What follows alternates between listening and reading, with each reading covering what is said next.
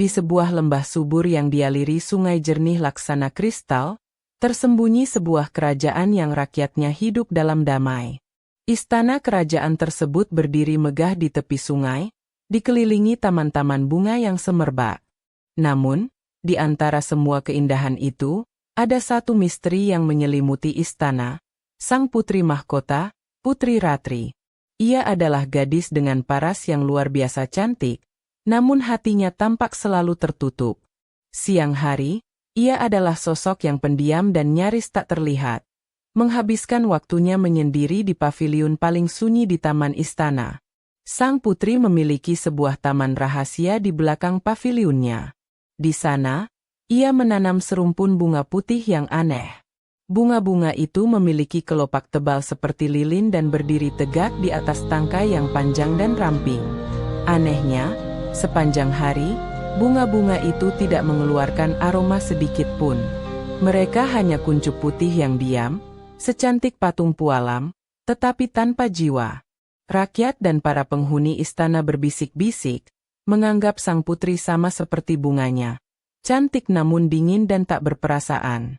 Mereka tidak tahu rahasia yang tersembunyi di balik keheningan sang putri dan tamannya. Rahasia itu adalah sebuah kutukan kuno yang ditimpakan oleh seorang penyihir cemburu. Sang penyihir iri pada kebahagiaan dan tawa merdu Putri Ratri, sehingga ia mencuri suara dan kegembiraan sang putri, lalu menyegelnya di dalam bunga-bunga putih itu. Kutukan itu menyatakan bahwa suara dan tawa sang putri hanya akan terlepas di keheningan malam, dalam wujud aroma semerbak. Maka, setiap kali senja berganti malam, taman rahasia itu akan dipenuhi wewangian yang begitu harum dan memikat, seolah-olah seluruh kebahagiaan yang terenggut di siang hari tumpah ruah dalam kepekatan malam. Aroma misterius ini menjadi buah bibir di seluruh negeri. Wanginya begitu unik, manis namun menyiratkan kerinduan yang mendalam. Aroma itu melayang lembut terbawa angin malam, menyentuh hati siapa saja yang menghirupnya. Banyak yang mencoba mencari sumbernya, namun taman rahasia sang putri terlalu tersembunyi. Bagi Putri Ratri, malam hari adalah satu-satunya waktu ia merasa utuh. Ia akan duduk di tamannya, dikelilingi oleh aroma yang sesungguhnya adalah jiwanya sendiri, menangis tanpa suara karena tak bisa mengungkapkan keindahan yang ia rasakan. Malam-malam itu adalah panggung sandiwaranya yang sunyi. Ia akan menari seorang diri di bawah cahaya bulan, ditemani oleh aroma yang merupakan esensi dirinya. Ia merindukan seseorang yang bisa memahami bahasanya yang tanpa kata, seseorang yang bisa mendengar lagu jiwanya yang terperangkap dalam keharuman bunga. Ia berharap suatu saat nanti, ada hati yang cukup peka untuk tidak hanya terbuai oleh wanginya, tetapi juga mengerti penderitaan yang melahirkannya. Kabar tentang sang putri yang pendiam dan aroma misterius dari istana terdengar hingga ke sebuah kerajaan di seberang lautan. Pangeran dari kerajaan tersebut, yang bernama Arsa, bukanlah pangeran biasa. Ia tidak tertarik pada perburuan atau adu kekuatan, melainkan pada musik, puisi, dan hal-hal yang hanya bisa dirasakan oleh hati. Hatinya yang peka terusik oleh cerita tentang aroma malam yang memikat itu. Ia merasa ada sebuah kisah sedih di balik keharuman tersebut, sebuah melodi yang belum pernah ia dengar. Maka, Pangeran Arsa memutuskan untuk berlayar menuju kerajaan di lembah sungai itu. Tujuannya bukanlah untuk meminang sang putri demi memperluas kekuasaan, seperti yang dilakukan pangeran-pangeran lain. Tujuannya adalah untuk memecahkan misteri aroma itu, untuk menemukan sumber dari keindahan yang menyayat hati yang ia rasakan bahkan dari kejauhan. Ia percaya bahwa di balik wewangian itu, ada jiwa yang sedang memanggil untuk dipahami. Sesampainya di istana, Pangeran Arsa disambut seperti tamu kehormatan lainnya. Raja, ayah Putri Ratri, telah menjanjikan akan menikahkan putrinya dengan siapa saja yang bisa membuatnya berbicara dan tersenyum kembali. Banyak pangeran dan ksatria dari berbagai negeri telah mencoba. Mereka datang di siang hari, membawa emas, permata, dan cerita kepahlawanan yang hebat. Mereka mencoba membuat sang putri terkesan dengan kekayaan dan kekuatan mereka. Namun, Semua usaha mereka sia-sia. Putri Ratri hanya menatap mereka dengan mata yang kosong, tanpa ekspresi, sebelum akhirnya kembali menyendiri di pavilionnya. Para pangeran yang gagal itu pulang dengan perasaan jengkel, menyebut sang putri sebagai gadis sombong berhati batu. Mereka tidak pernah tinggal hingga malam tiba, tidak pernah mencoba memahami mengapa istana itu berubah menjadi begitu magis saat matahari terbenam. Mereka hanya melihat sang putri di siang hari, wujudnya yang tidak utuh dan telah kehilangan jiwanya. Pangeran Earse berbeda. Ia tidak terburu-buru menghadap sang putri. Sebaliknya, ia meminta izin kepada raja untuk tinggal selama beberapa hari di istana. Ia ingin mengamati, merasakan, dan mendengarkan dengan hatinya.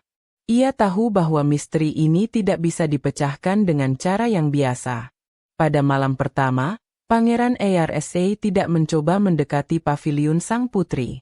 Ia hanya berdiri di balkon kamarnya yang menghadap ke taman istana. Saat bulan mulai meninggi, aroma itu pun datang. Lembut pada awalnya, lalu semakin kuat dan memenuhi udara. Pangeran Earse memejamkan matanya. Ia bukan sekadar mencium wangi bunga, ia mendengarkan sebuah lagu. Ada nada kebahagiaan murni di dalamnya, tetapi juga harmoni kesedihan yang mendalam. Ia merasa seolah sedang mendengarkan curahan hati seseorang. Keesokan harinya, ia tidak mencoba berbicara dengan Putri Ratri. Ia hanya membawakan sebuah kecapi dan duduk di taman utama, cukup jauh dari paviliun sang putri, lalu memainkan sebuah melodi. Bukan melodi yang riang gembira, melainkan alunan musik yang lembut dan penuh empati, seolah menjawab lagu sunyi yang ia dengar semalam.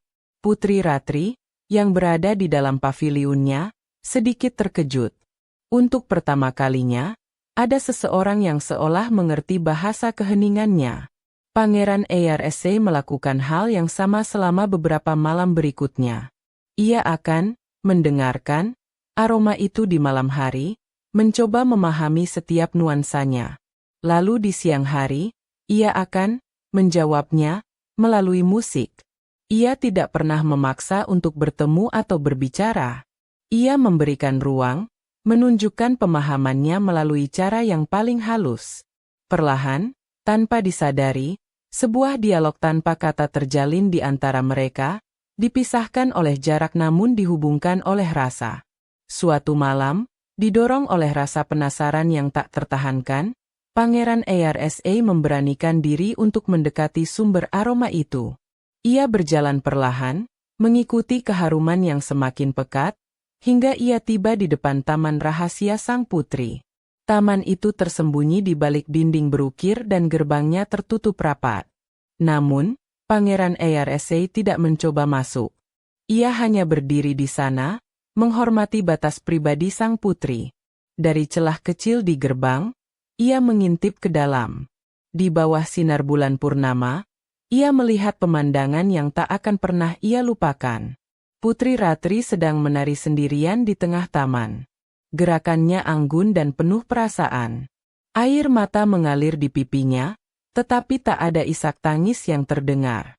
Di sekelilingnya, bunga-bunga putih itu mekar sempurna, seolah ikut menari dan bernyanyi untuk sang putri, mengeluarkan seluruh keharuman mereka yang memabukkan.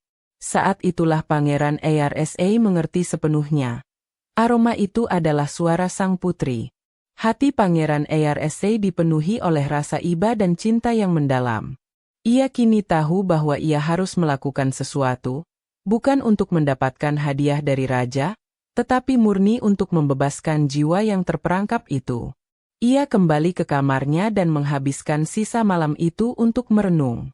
Ia mengerti bahwa kutukan ini tidak bisa dipatahkan dengan pedang atau mantra. Kutukan yang lahir dari rasa iri hanya bisa dipatahkan oleh cinta yang tulus dan pengorbanan tanpa pamrih. Keesokan paginya, Pangeran Earse menghadap raja. Yang mulia, katanya dengan mantap, hamba percaya hamba tahu cara untuk menolong sang putri. Namun, hamba tidak menginginkan tahta atau kerajaan. Hamba hanya memohon satu hal, jika hamba berhasil, Izinkan hamba untuk mempersembahkan kebahagiaan pertama sang putri untuknya seorang, bukan untuk orang lain. Raja, yang tersentuh oleh ketulusan sang pangeran, menyetujuinya.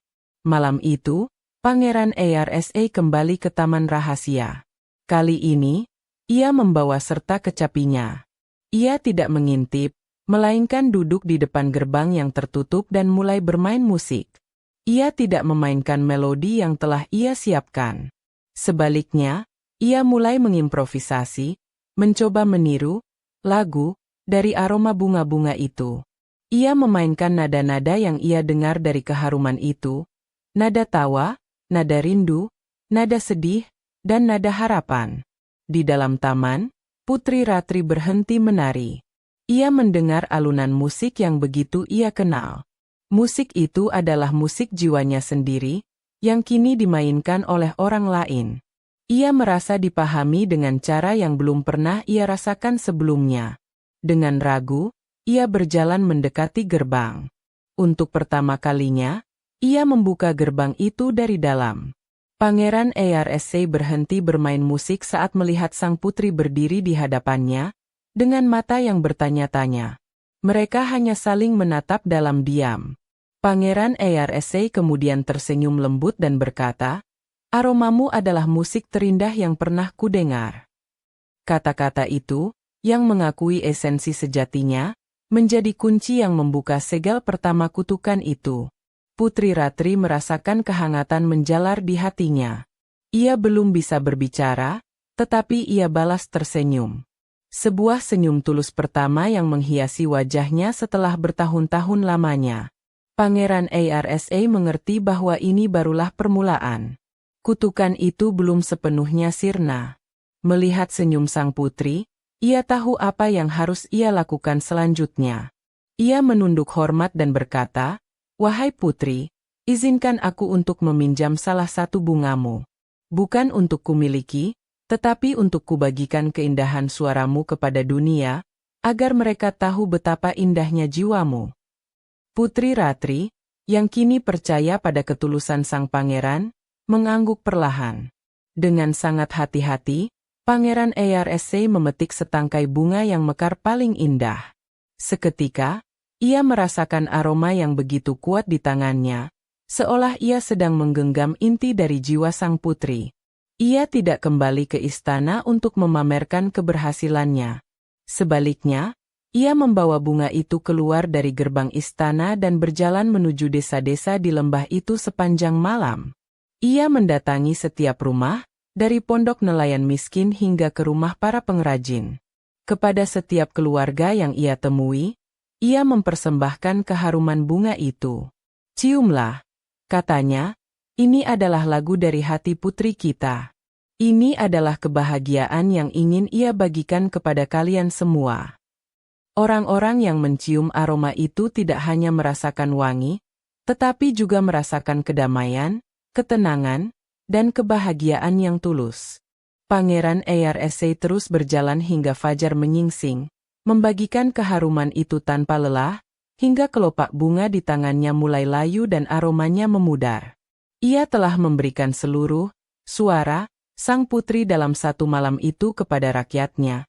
Sebuah tindakan pengorbanan cinta yang murni.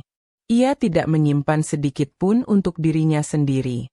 Saat ia kembali ke istana dengan tangan hampa dan bunga yang telah layu, ia merasa bahagia. Di Taman Rahasia, sebuah keajaiban besar terjadi. Saat Pangeran Arsa membagikan aroma bunga itu kepada rakyat, setiap kelopak bunga yang tersisa di taman mulai bersinar terang. Cahaya itu kemudian berkumpul dan menyelimuti Putri Ratri. Kutukan itu hancur berkeping-keping karena telah dikalahkan oleh cinta yang tidak egois. Saat pangeran melangkah masuk ke taman, Putri Ratri menyambutnya. "Terima kasih," bisiknya. Itu adalah kata pertama yang keluar dari bibirnya, suaranya merdu laksana denting lonceng perak. Seluruh istana gempar mendengar suara sang putri. Raja dan ratu berlari memeluk putri mereka dengan tangis bahagia. Putri Ratri kini bisa tertawa, dan tawanya terdengar lebih indah dari musik manapun. Ia menceritakan segalanya kepada Pangeran Arsa, tentang kutukan dan kesendiriannya. Pangeran Arsa mendengarkan dengan penuh perhatian, cintanya semakin dalam. Kabar tentang perbuatan Pangeran Arsa dan kesembuhan Putri Ratri menyebar ke seluruh negeri. Rakyat yang pada malam sebelumnya menerima keharuman bunga itu, kini mengerti bahwa itu adalah hadiah dari hati putri mereka, yang disampaikan melalui seorang pangeran yang tulus. Mereka semua bersukacita, merayakan kembalinya jiwa sang putri. Sesuai janjinya, Raja menawarkan pernikahan kepada Pangeran Arsa. Namun kali ini bukan sebagai hadiah, melainkan sebagai restu atas cinta sejati. Pangeran Arsa dan Putri Ratri menikah dalam sebuah perayaan yang penuh dengan tawa dan musik.